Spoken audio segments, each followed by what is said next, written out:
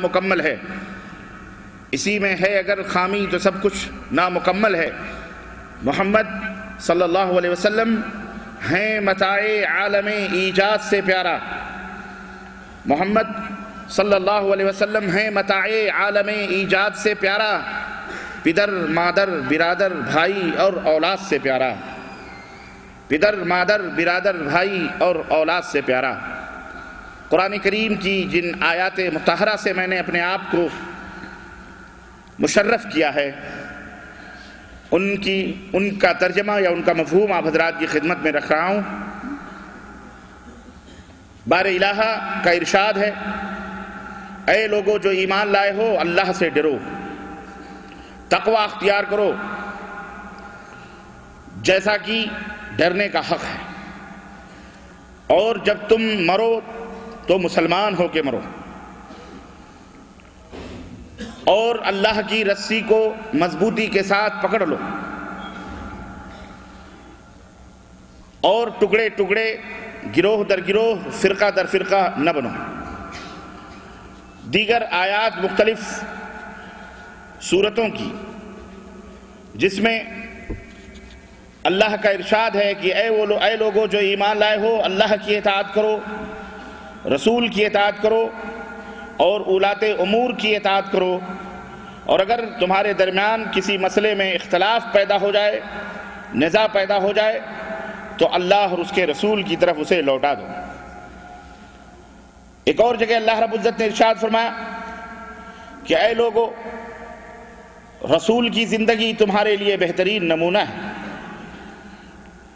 ایک اور جگہ اللہ تبارک و تعالیٰ نے ارشاد فرمایا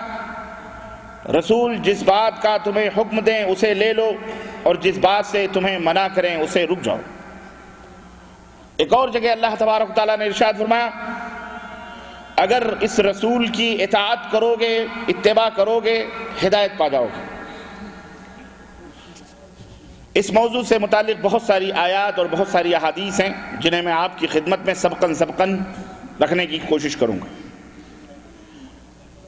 مدینہ منورہ کے اندر نبی کائنات تشریف فرما ہے، اور ایک شخص ایک مسئلہ لے کر حاضر ہوتا ہے۔ اس کا مسئلہ یہ ہے کہ اس کے باغ میں نہر سے، نالی سے جو پانی جا رہا تھا اسے نبی کائنات صلی اللہ علیہ وسلم کے ایک عزیز نے، ایک قریبی رشتہ دار نے اپنے کھیت میں، جو اس آدمی کے کھیت سے پہلے تھا، اسے کاٹ کر اپنے کھیت میں پانی گرانا اس نے شروع کیا۔ اس شخص کو تکلیف ہوئی، اور وہ امام عدل و انصاف کی عدالت میں یہ شکایت لے کے حاضر ہوا، اور اس نے کہا کہ فلاں شخص نے وہ پانی جو میرے کھیت میں آ رہا تھا اپنے کھیت میں کاٹ کر کے اس نے گرانا شروع کر دیا ہے۔ اس طرح کے اللہ کے رسول صلی اللہ علیہ وسلم نے بہرحال مختصراً یہ فیصلہ دیا کہ چونکہ پہلا کھیت اس کا تھا جو قریبی رشتہ دار تھا، آپ نے ان کے حق میں فیصلہ دے دیا اور کہا کہ تمہارا حق پہلے ہے، اس لیے تم یہ پانی اپنے کھیت میں گرا لو۔ اس شخص کو یہ فیصلہ ناگوار گزرا، اور اس نے عدالت رسالت میں ایک بڑی عجیب بات کہی، اور اس نے کہا چونکہ یہ آپ کے قریبی رشتہ دار ہیں، آپ ان کی طرفداری کر رہے ہیں، اس طرفداری کی وجہ سے آپ نے فیصلہ ان کے حق میں دیا۔ میں آپ کا رشتہ دار نہیں، میں آپ کا قریبی عزیز نہیں، اس لیے آپ نے مجھے نظر انداز کیا۔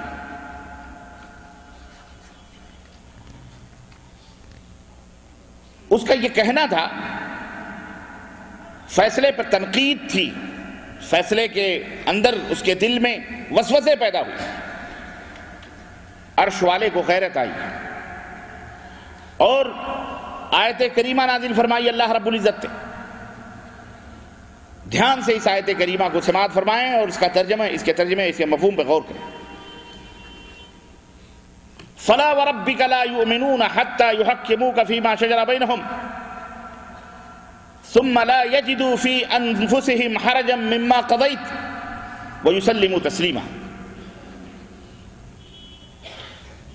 اے میرے حبیب، آپ کے رب کی ربوبیت کی قسم، وہ مومن ہو ہی نہیں سکتے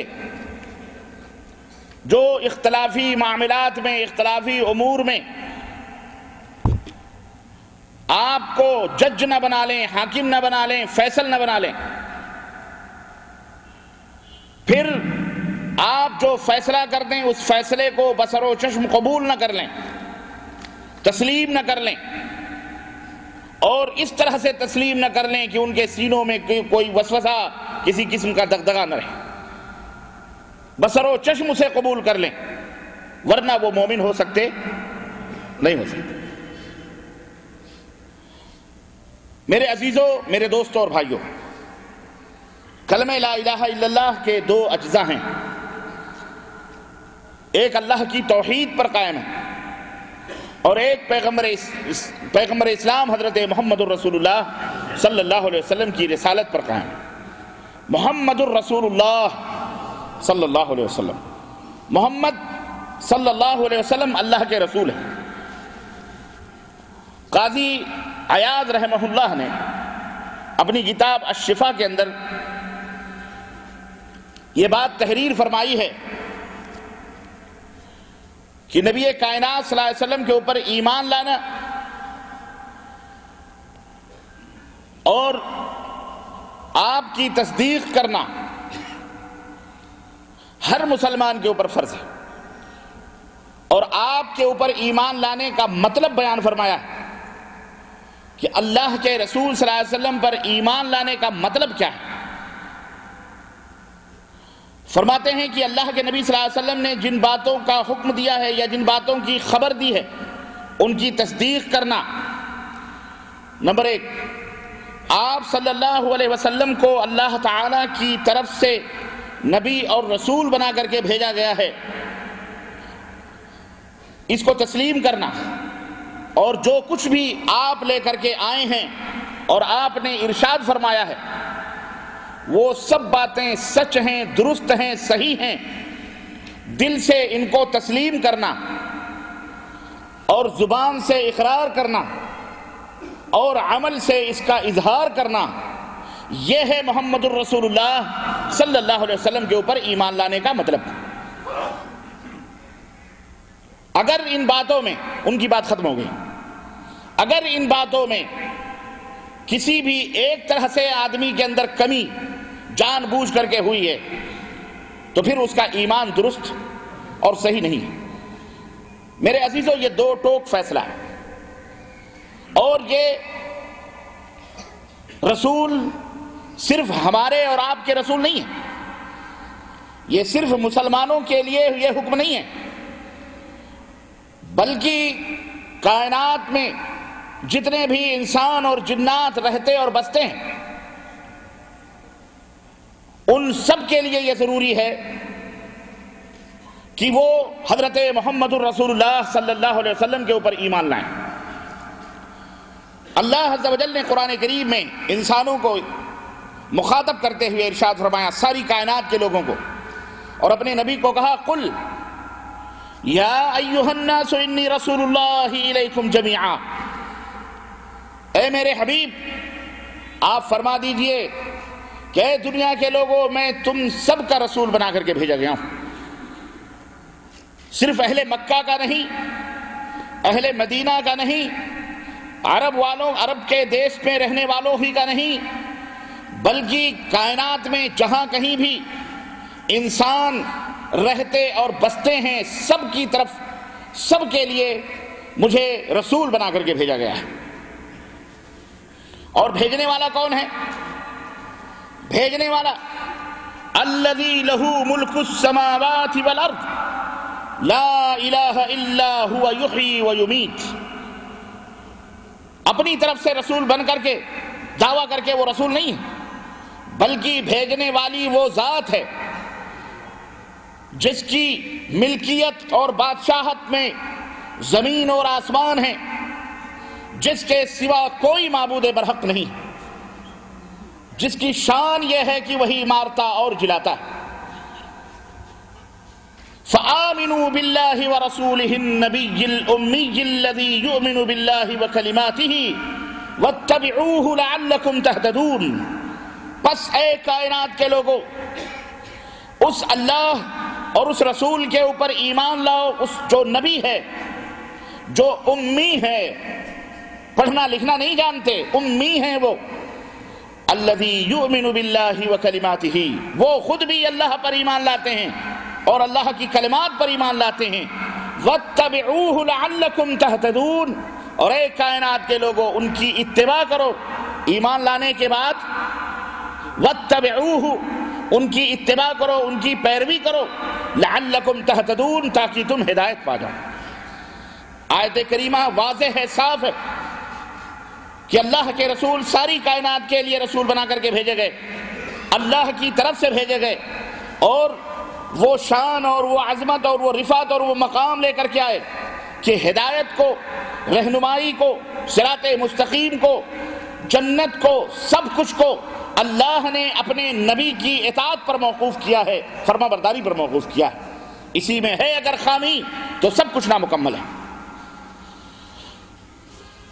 میرے عزیزو، سنت کی اہمیت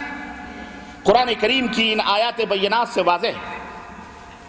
اللہ رب العزت کے ان فرمودات سے واضح ہے۔ اہل علم کے لیے، عقل و دانش رکھنے والوں کے لیے، اہل خرد کے لیے،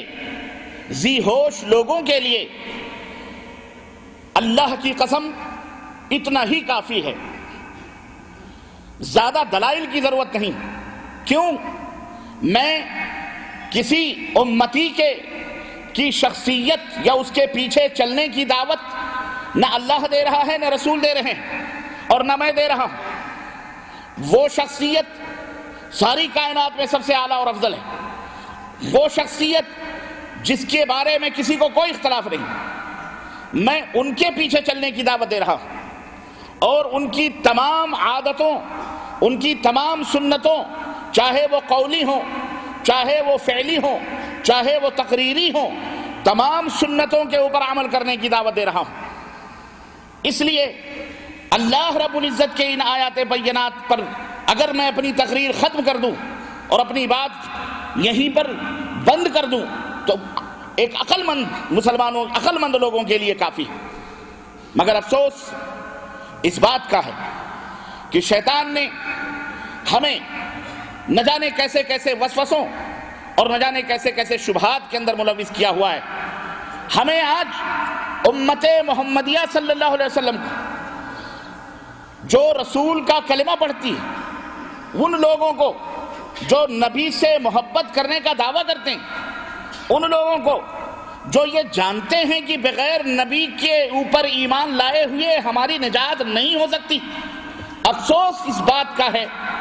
کہ چھوٹی سے چھوٹی سنت ہو یا بڑی سے بڑی سنت ہو، اور میں نہیں سمجھتا کہ کوئی سنت چھوٹی ہوتی ہے، اسے چھوٹی کہنا میں سمجھتا ہوں